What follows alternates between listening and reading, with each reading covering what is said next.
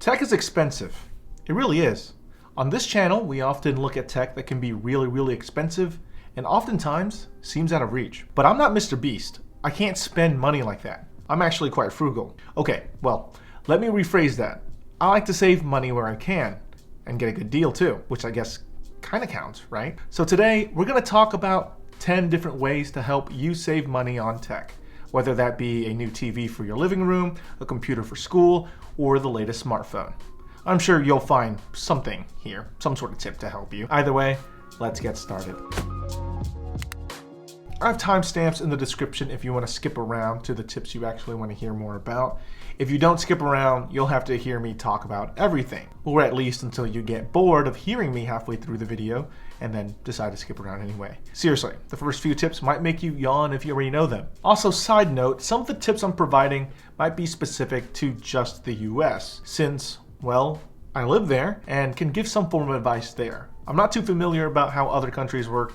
It'd be kind of strange if I try to give advice for, like, say, India, despite actually never been there. But that's not to say some of this advice can't be used internationally. The first few tips aren't directly money-saving tips, but tips that could help you save indirectly, and they're good things to keep in mind too.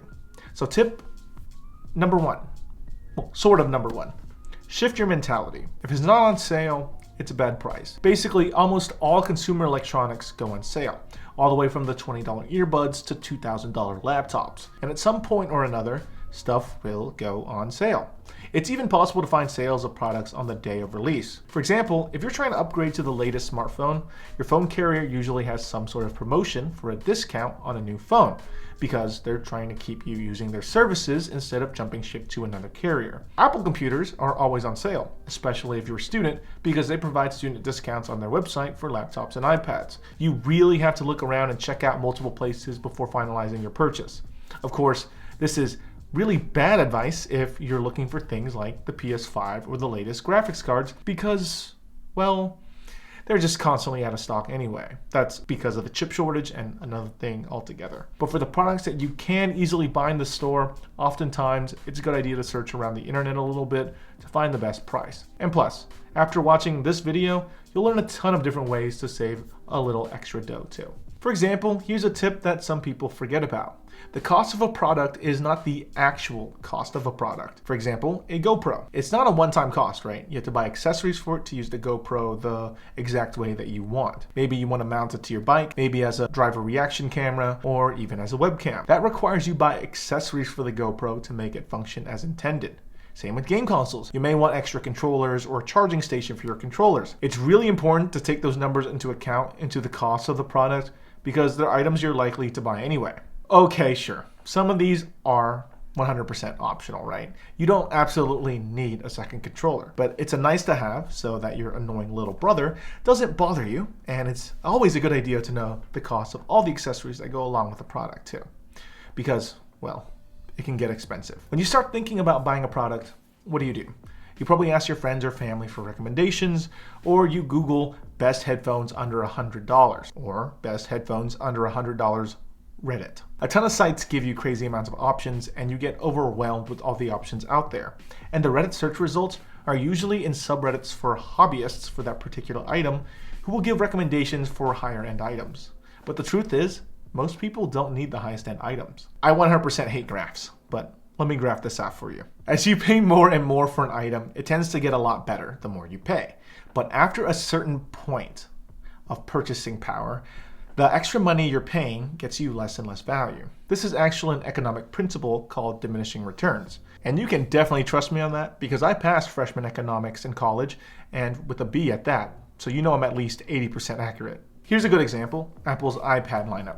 The cheapest iPad costs only $329, but the spec differences between the iPad and the iPad Air, which costs $600, is significant. If you try to go from the iPad Air to the iPad Pro 11-inch, the differences are less significant than the bump from the base model to the Air.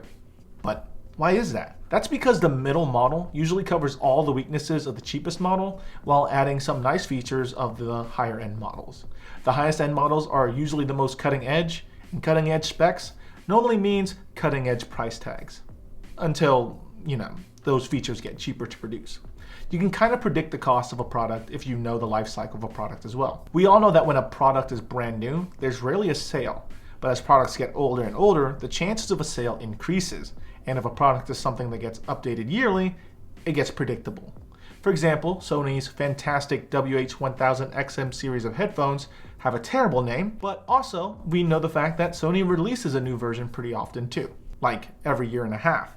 And in the past, it would go something like this. Headphone gets released. For the first few months, there's no discounts. Then it gets small discounts throughout the remainder of the year, a new version gets released, and the discounts slowly get steeper and steeper moving forward. So if you know a new version is going to be released, and it's something like headphones or speakers, which normally don't have massive changes every year, then you could be better off buying last year's version at a significant discount. Okay, so this next one's kind of fast to explain, right? Price trends. During certain times of the year, tech products seem to be cheaper. This is normally around November or December in preparation of the holiday season, but it's also around late summer that I see good discounts, since that's when a bunch of students are ready to buy tech to get back to school. I wouldn't say wait half a year for a sale if you need an item soon, but time of year is definitely something to think about for those items that you don't necessarily need right now, but you plan to purchase sometime in the near future. Now let's move on to some less utilized methods of saving money. The first one is occupation discounts. Being an employee has its benefits, right? Oftentimes, if you're a full-time employee or student, you get access to some sort of discounts. For example, some corporate employers get you access to discount sites like Perks at Work.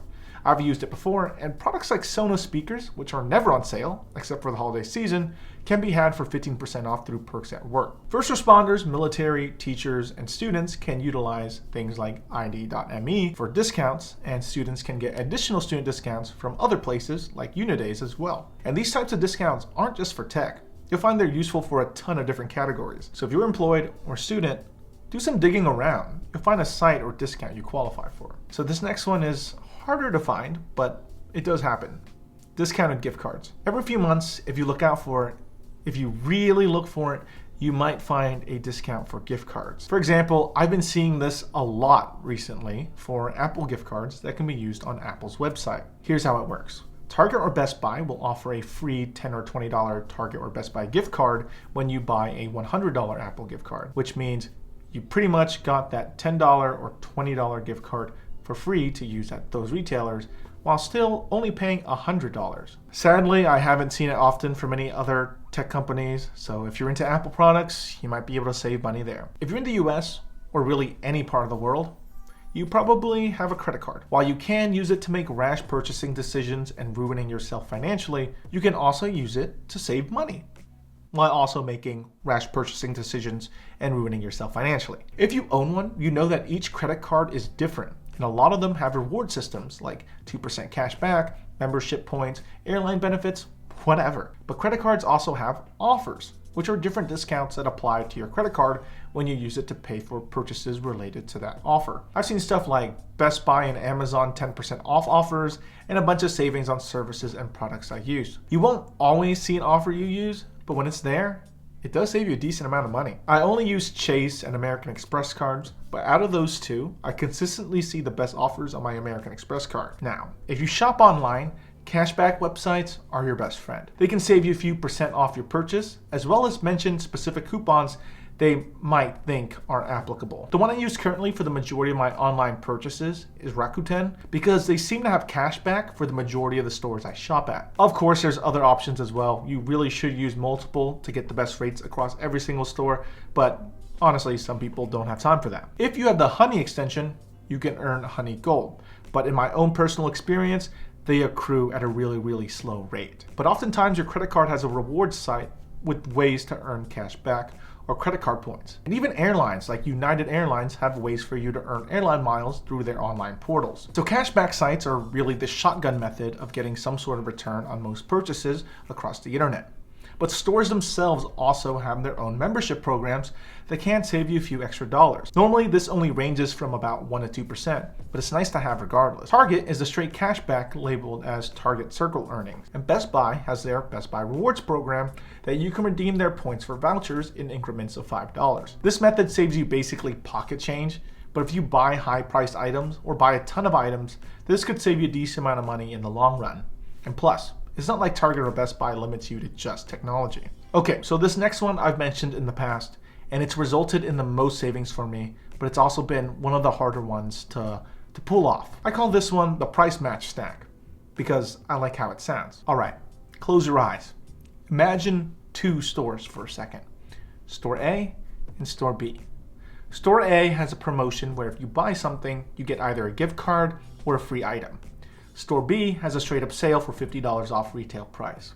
You could then go to Store A, request a price match of Store B, and get that free gift card or item and $50 off on that purchase. This scenario is pretty difficult to come by. I've done this maybe 4 or 5 times within the last 8 years. But when it does happen, you could end up saving 40 to 50% if the gift card and discount totals the right amount. Don't count on this one too often, but when it happens, there's some savings to be had here. And finally, I guess this one is obvious and the most tricky as well. Mix and match any of the tips I've mentioned above, or like earlier in this video. When you stack a couple of these together, that's where the real savings are. You could use your student discount with cashback sites and your credit card offer. You could wait for a good sale and use discounted gift cards for even more savings. Basically, the more you try to stack on, the more your potential savings, right? Sometimes though, some of these tricks are incompatible with each other and you have to decide for yourself what the best path forward is. But generally, stacking these tips nets you more savings than not. So I don't see any reason not to stack on as many of these tricks as you can. So there really wasn't 10 tips in this video. You can actually put this video as one giant tip.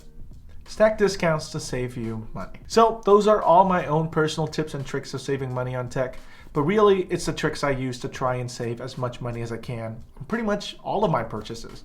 I hope you all found some of these tips useful. I'm sure these aren't the only tips out there. I think I'm just decent at saving money on my purchases. But what about you?